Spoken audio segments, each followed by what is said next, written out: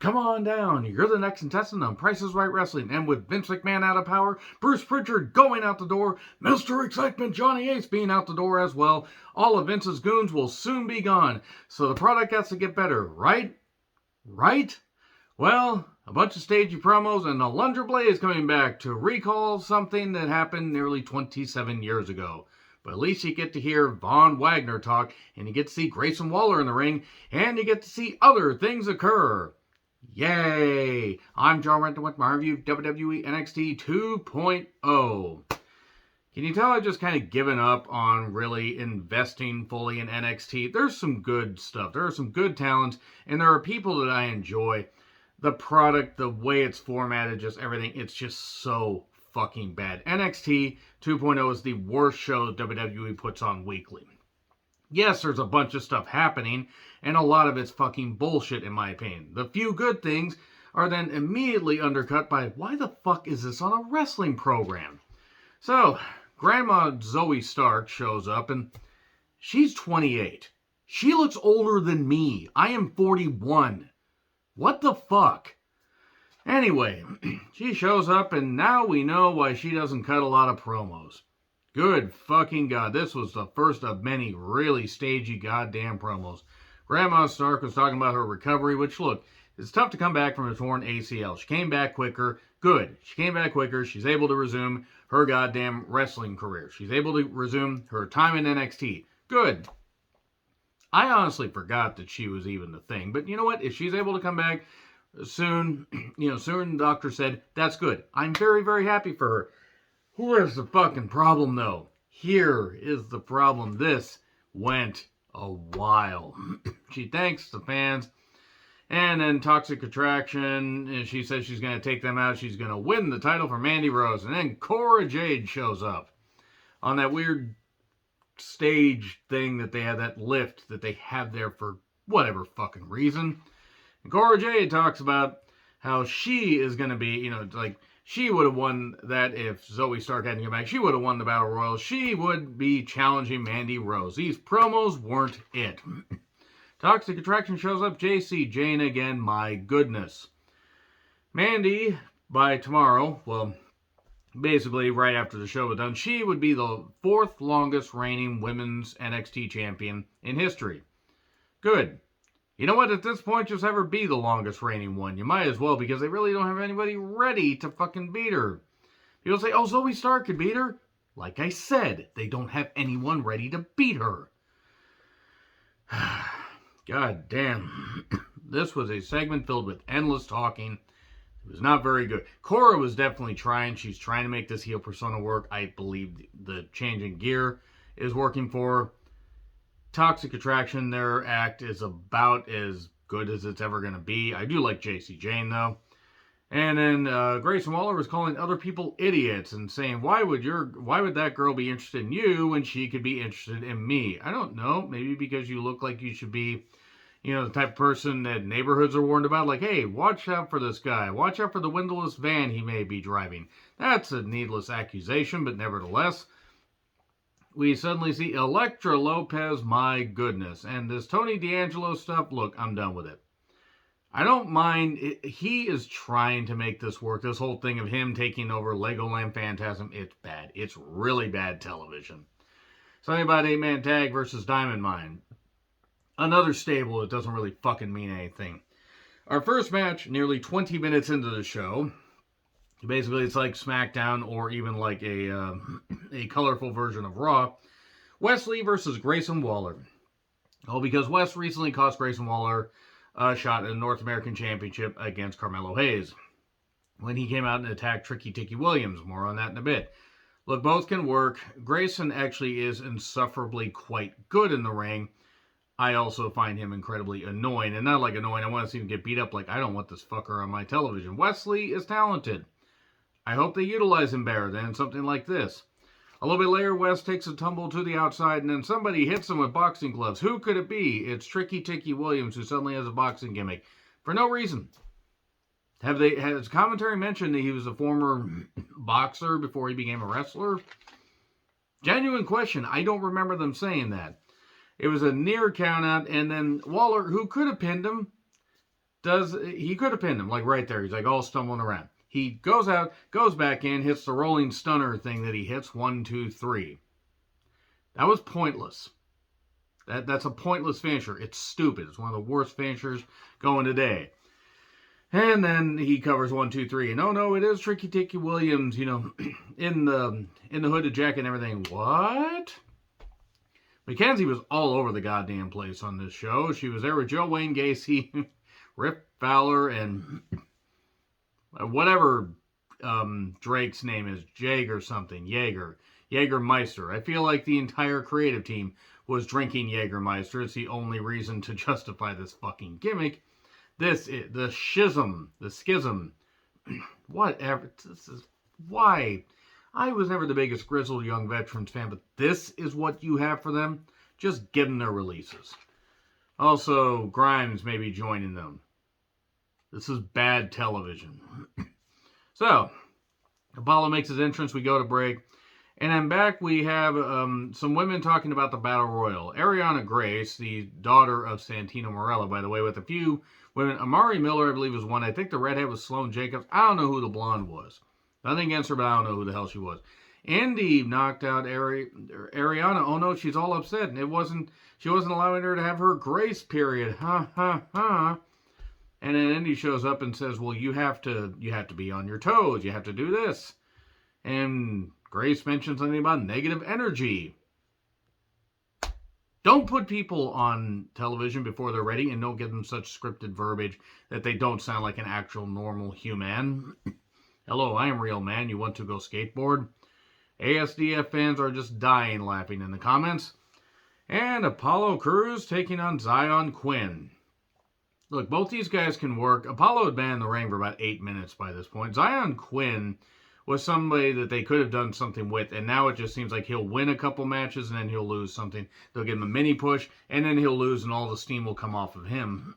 Apollo ends up winning with a sudden spine buster. 50-50 booking at its best. I swear Zion beat him recently, but whatever. I swear that maybe Zion cost him a match. It all blends together at this point. 2.0 is just not very good. Mackenzie again backstage with Toxic Attraction. In 3 weeks, it's NXT Heatwave. And oh boy, Saray's back from her sojourn in NXT UK, and she wants a shot at Mandy. Mandy says, I remember you trying to rearrange my face, so yeah, I'll face you. I don't care which incarnation it is. Can it be a good incarnation of an actual wrestler instead of the Sailor Moon bullshit? Sailor Moon's fine in an anime. This cartoonish stuff is just so... It's not wrestling. It's like early 90s WWE with the occupational stuff. And everybody's got to have a character and personality. Yeah, some people need that. But when you have nothing but characters on your show, you don't have any characters. Why is Von Wagner on my television? I will ask that until the day the lobotomized zebra, the man, it looks like he couldn't even figure a way out of a room with one door if there was a giant arrow pointing to the goddamn exit saying, this way, you fucking idiot. I'm sure he's a nice guy, but he just has a deer in the headlights look. So, Sokoa, they're going to have a Street Falls Fight Anywhere match. It's actually going to be a Falls Count Anywhere match, but they're going to take it to the streets. I like Solo Sikoa. Get him out of NXT and get him on the main roster where maybe something good can come of it. And Grandma Stark took on Gigi Dolan. We get distractions, but that doesn't stop Stark from gaining the victory and not breaking a hip somehow. JC runs in, and then Cora Jade canes her. Cora Jade just caned Zoe. I don't know where she got the cane. I don't know where she came from. Here's Roxanne. This was a mess. An absolute mess. This show was a dumpster fire by this point. And then Jordan Devlin shows up, but he's going to be a member. He's a paying member of the Pegging Public, I believe. The Pegging Public, I think is how he said it. I think it was Paying Public. But the guy, he's like that British stereotype from Family Guy. I can't understand a goddamn word he's saying. And look, Devlin is talented in the ring. He is not interesting at all. Wendy Choo Choo, the narcoleptic, is having nightmares because Tiffany Stratton beat her up and has been annoying her and humiliating her and poking the bear and everything. And now she woke up on the wrong side of the bed, and it won't be a nice picture like, it'll be lights out for you. Ooh, she's getting dark. The girl in the footy pajamas is getting dark. Ooh, God, this is such... Goddamn fucking Christ. Just stop. Just fucking stop with this stuff. Please. Whoever is in charge of NXT, Shawn Michaels, I don't know if it's his right eye or his lazy eye, but just put somebody in charge that will actually do something that's actually an actual wrestling show. Yes, developmental is one thing. You need to let people develop, but goddamn. So, yeah. Oh, boy. So, yeah, Devlin comes out. He's in the crowd. Talk to the audience. Oh, this is always death. He mentions about a guy choking on popcorn, talks about the bell hammer, mentions Alicia Taylor having a nice voice, which she does, and talks about Wade Barrett being a bare knuckle boxer and having calcium deposits, and they make the joints easier because he's a surgeon, so he knows all the ways to destroy these things. And then he tries to break Vic's collarbone, but decides not to. Calls out Breaker, a.k.a. Steiner, and then Steiner shows up. And they trade headbutts, and it was very obvious that Devlin had chewed on a blood capsule. Or maybe not. Maybe he really did bust him open. I don't really give a shit. Why are they giving Steiner such bad feuds? The Ziggler feud was fine, if not weird, and none of his other feuds have been any good. The mini one he had with Grimes was okay. So anyway, they're giving Axiom Verge comic book treatments. Look. A-Kid, whatever the fuck you want to call him. Look, he's talented. This is stupid. It's like leftover Sin Cara stuff. Mackenzie is backstage with Roxanne about the women's tag team championships. They deserve to be treated with respect. And then suddenly, Alundra Blaze, a.k.a. Medusa, a.k.a. Huh? This is who we called? That's fine. She knows all about belts being in trash cans because it was one of the best moments in Nitro history. It was great shit. And that, or at least one of the most famous moments in Nitro history. And she has a trash can that has not been emptied in a week. That belt would smell really goddamn rank by that point. You could probably smell it and it could probably knock out an elephant. It would smell almost as bad as Von Wagner's promos. And there's going to be a 4-way match next week, and the winning team will become the new NXT Women's Tag Team Champions. Why didn't you just get rid of the championships that nobody fucking cares about because they haven't meant anything since you fucking debuted them? Whatever. Maybe one of these teams. We'll talk about those teams here in just a little bit. Giovanni Vinci took on Andre Chase. Why is the Chase U stuff happening? Why is Thea Hale acting like Scrappy Doo? And why is Bodie, Gunn, Lee, whatever the hell is goddamn... Bodie something. Is it Hayward? I don't care. Andre Chase, this is a stupid gimmick. This is bad for wrestling. This is really terrible. Giovanni Vinci ain't any better. And, oh no, he ripped the flag. And then they do the Chase U snobs. Why is that spelled Chase U? Oh, you were asking people in Florida how to spell. That's dangerous, Andre. And then we get some near falls and we get the powerbomb 1, 2, 3. I have given up on this show. Afterwards, Nathan Frazier, by the way, who showed back up earlier, he is back. That's good. He needs to take it a little easier. He's not going to have a long career, but the guy certainly got hops. He stops a beatdown.